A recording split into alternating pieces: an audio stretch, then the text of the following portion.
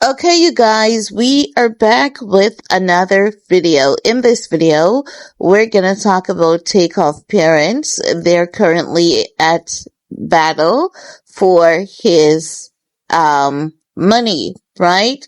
The mom is arguing that the dad provided negligibly support.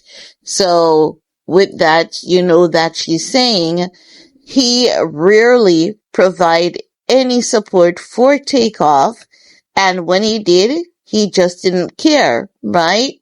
Now, Takeoff's dad argument is that even if he was never there, even if he rarely and negligibly provided support to Takeoff, he is still Takeoff's dad, and as such, he is entitled to half of Takeoff's estate.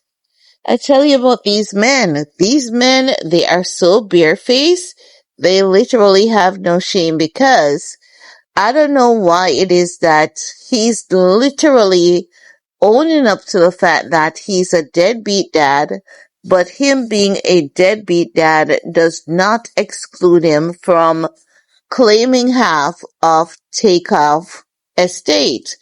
And I support the mom on this, right?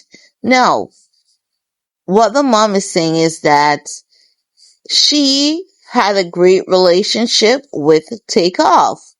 During his life, even when Takeoff was an adult and navigating through his career, the mom said they always had a tight bond.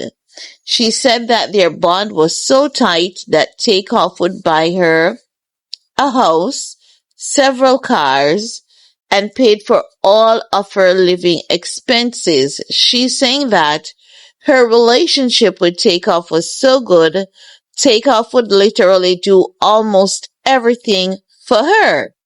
As you guys can recall, Takeoff was shot and killed on November 1st of 2022.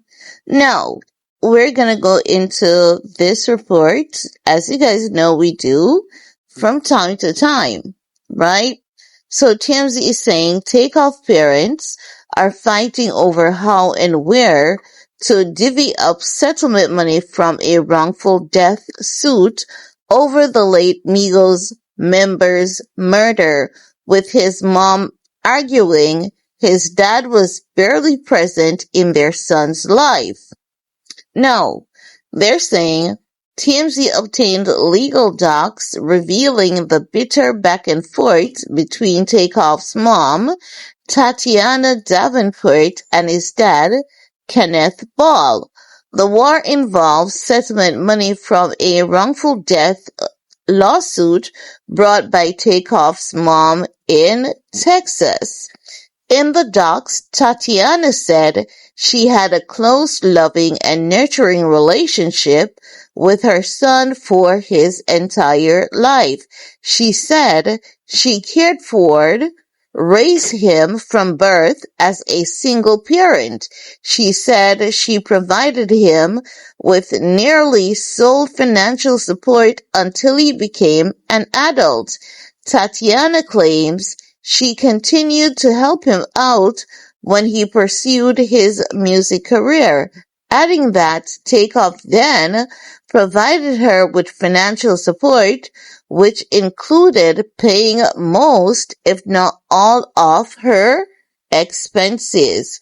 She said he bought her a home, cars, and paid for all her clothes, food, living expenses, and utilities. She claims Kenneth was not really around during his son's life and provided negligible financial support and effectively no emotional support to his son. Tatiana added that her son did not provide his father with financial support. And that's where I believe the big point comes in. I believe that if Takeoff did not provide his dad with any support in life, he should not be providing the dad with any support in death either. And I support Takeoff's mom on this 100% because if the child wanted you to have something out of his career, he would have given you something while he was alive. And as such, I do hope that the dad does not win this case. I hope he gets nothing out of Takeoff money because if Takeoff did not acknowledge his father in life, I don't think his father should be acknowledged in his death because the emotion the mom felt when her son died, the father did not have that attachment to the son because he never had that attachment in the son's life. He's not going to have that attachment to the son in his death and as such should not take part of the son's hard work. And I think it's just 1, 2, 3. And honestly, I don't think any court is going to give this man any of Takeoff's money. Now, what they're saying is that for his part, Takeoff's dad says even if he was mostly absent from his son's life, he is still entitled to half. Yes, child. He says he's still entitled to half of the settlement money and thinks Texas is the most appropriate court to figure out how to divvy it up. Tatiana, who's Takeoff mom, is arguing that